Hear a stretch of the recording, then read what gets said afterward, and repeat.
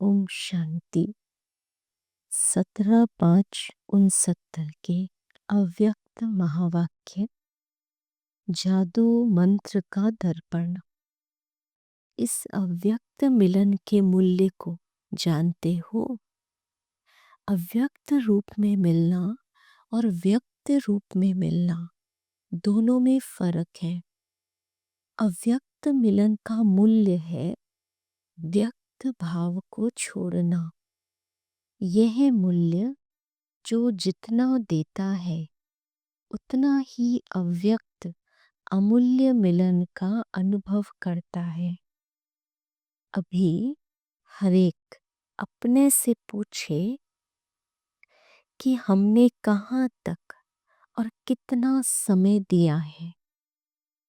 वर्तमान समय अव्यक्त स्थिति में स्थित होने की ही आवश्यकता है, लेकिन रिजल्ट क्या है वह हर एक खुद भी जान सकता है और एक दो के रिजल्ट को भी अच्छी रीति परख सकते हैं।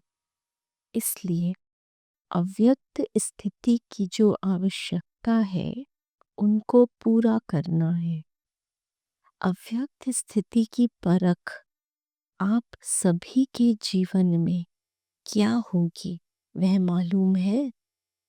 उनके हर कर्म में एक तो अलौकिकता और दूसरा हर कर्म करते कर्मेंद्रियों से अतीन्द्रिय सुख की महसूसता आवेगी। उनके नयन चैन उनकी चलन अतीन्द्रिय सुख में हर वक्त रहेगी। अलौकिकता और अतीन्द्रिय सुख की झलक उनके हर कर्म में देखने में आएगी, जिससे मालूम पड़ेगा ये व्यक्त में होते अव्यक्त स्थिति में स्थित है। अगर दोनों ही चीजें अपने कर्म में देखते हो तो समझना चाहिए कि अव्यक्त स्थिति में स्थित है। अगर नहीं है तो फिर कमी समझ पुरुषार्थ करना चाहिए। अव्यक्त स्थिति को प्राप्त होने के लिए शुरू से लेकर एक स्लोगन सुनाते आए हैं। अगर वह याद रहे तो कभी भी कोई माया के विघ्नों में हार नहीं हो सकती है। ऐसा सर्वोत्तम स्लोगन हर एक को याद है। हर मुरली में भिन्न भिन्न रूप से वह स्लोगन आता ही है। कोई ने कहा मन मना भव हम बाप की संतान हैं। वह तो है ही, लेकिन पुरुषार्थ करते करते जो माया के विघ्न आते हैं उन पर विजय प्राप्त करने के लिए कौन सा स्लोगन है?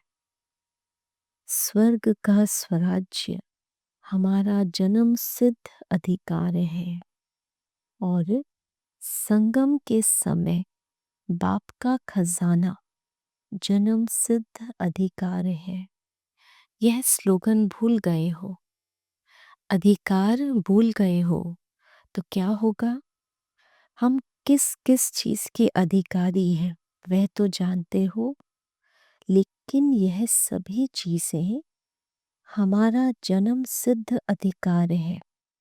जब अपने को अधिकारी समझेंगे तो माया के अधीन नहीं होंगे। अधीन होने से बचने के लिए अपने को अधिकारी समझना है। पहले संगम युग के सुख के अधिकारी हैं और फिर भविष्य में स्वर्ग के सुखों के अधिकारी हैं। तो अपना अधिकार भूलो नहीं।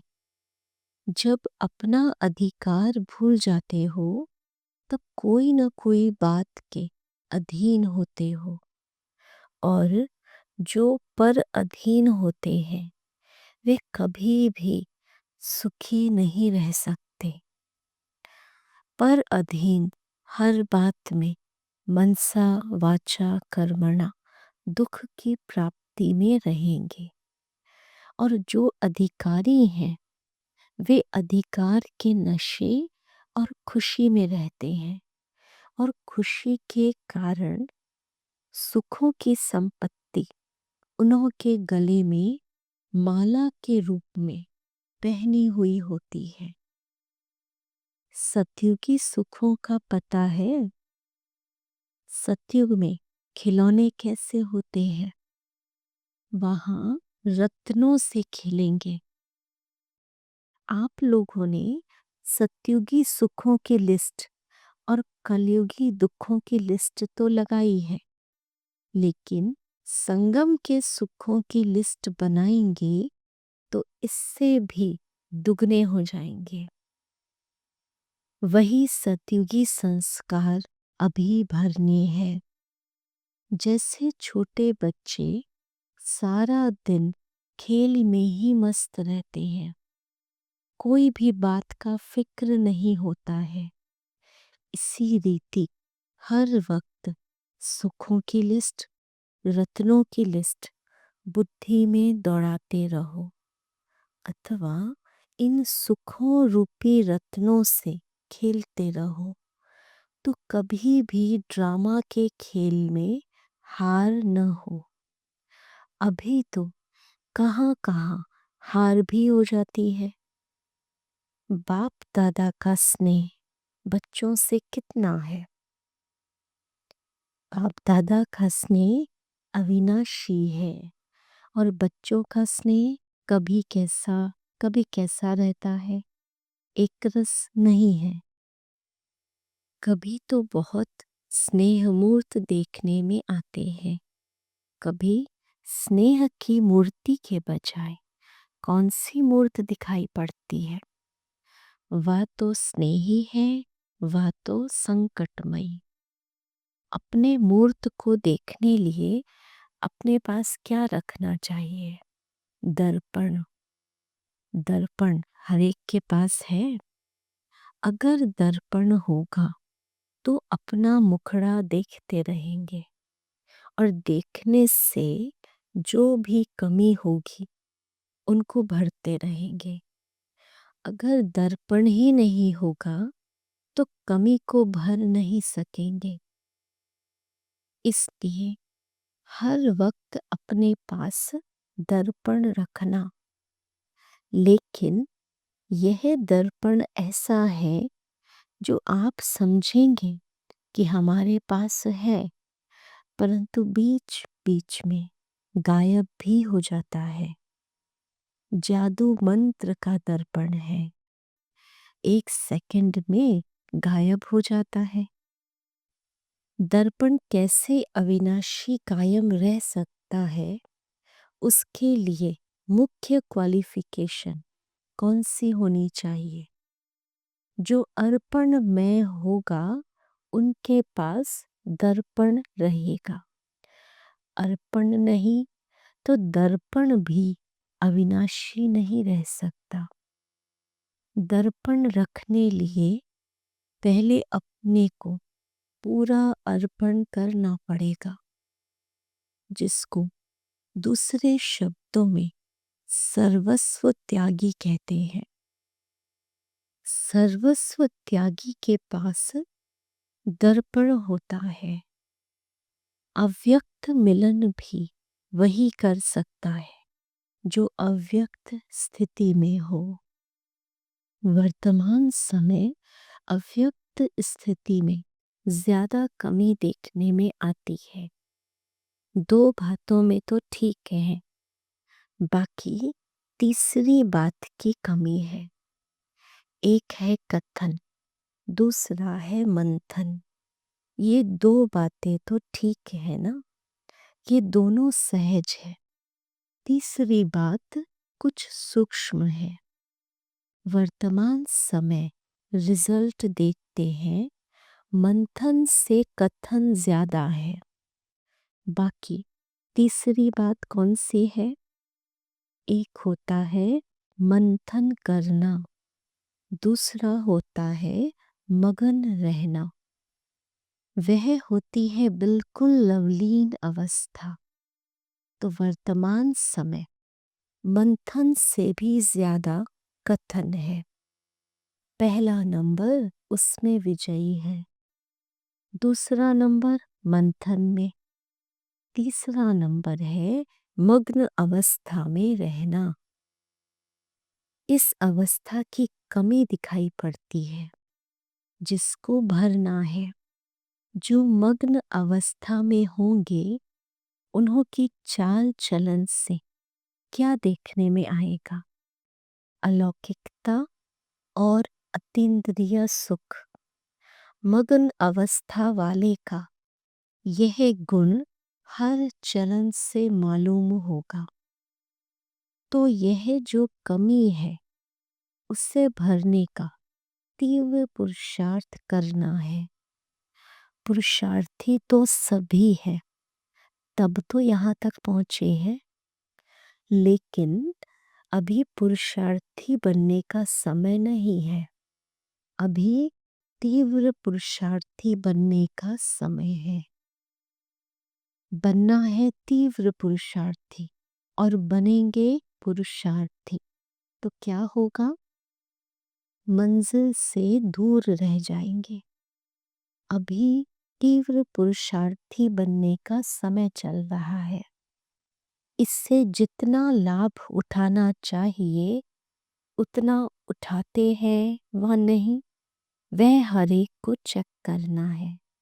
इसलिए कहा है कि अपने पास हर दम दर्पण रखो, तो कमी का झट मालूम होगा और अपने पुरुषार्थ को तीव्र करते आगे चलते रहेंगे। अच्छा, आज कुमारियों की सर्विस के तिलक का दिन है। जैसे आप लोगों के म्यूजियम में ताजपोशी का चित्र दिखाया है ना, लेकिन आपकी सर्विस के तिलक के दिवस पर देखो कितनी बड़ी सभा इकट्ठी हुई है, इतनी खुशी होती है। लेकिन यह याद रखना, जितने सभी के आगे तिलक लगा रहे हो, इतने सभी आप सभी को देखेंगे। सभी के बीच में तिलक लग रहा है, यह नहीं भूलना। इतना हिम्मतवान बनना है। इस तिलक की लाज रखनी है। तिलक की लाज माना ब्राह्मण कुल की लाज। ब्राह्मण कुल की मर्यादा क्या है सुनाया ना? जो ऐसे पुरुषोत्तम बनने की हिम्मत वाले हैं वह तिलक लगा सकते हैं। यह तिलक साधारण नहीं है। वहां भी इतनी सारी सभा देखेगी। आप सभी ब्राह्मण इकट्ठे हुए हो कन्याओं की सर्विस के तिलक पर। सर्विस करने वालों को एक विशेष गुण का अटेंशन रखना पड़ता है। जो ऑलराउंड सर्विस करने वाले होते हैं उन्हों को विशेष इस बात पर ध्यान रखना है कि कैसी भी स्थिति हो, लेकिन अपनी स्थिति एक रस हो, तब ऑलराउंड सर्विस की सफलता मिलेगी। दूसरा नंबर ट्रेनिंग क्लास जिन कुमारियों का चलना है उन सभी को बाप दादा ने टीका दे मुख मीठा कराया और बोले, आज सभी से नैनों द्वारा मुलाकात कर ली। दूर होते हुए भी यथा योग्य यथाशक्ति बाप दादा के नजदीक हो। भल कोई कितना भी दूर बैठा हो, लेकिन अपने स्नेह से बाप दादा के नैनों में समाया है। इसलिए नूरे रतन कहते हैं। नूरे रत्नों से आज नैनों की मुलाकात कर रहे हैं। एक दोस्त से सभी प्रिय है। साकार में समय प्रति समय बच्चों को यह सूचना तो मिलती ही रही है कि ऐसा समय आएगा जो सिर्फ दूर से ही मुलाकात हो सकेगी। अब ऐसा समय देख रहे हैं। सभी की दिल होती है और बाप दादा की भी दिल होती है, लेकिन वह समय अब बदल रहा है। समय के साथ वह मिलन का सौभाग्य भी अब नहीं रहा है। इसलिए अब अव्यक्त रूप से ही सभी से मुलाकात कर रहे हैं। अच्छा, सभी को नमस्ते और विदाई।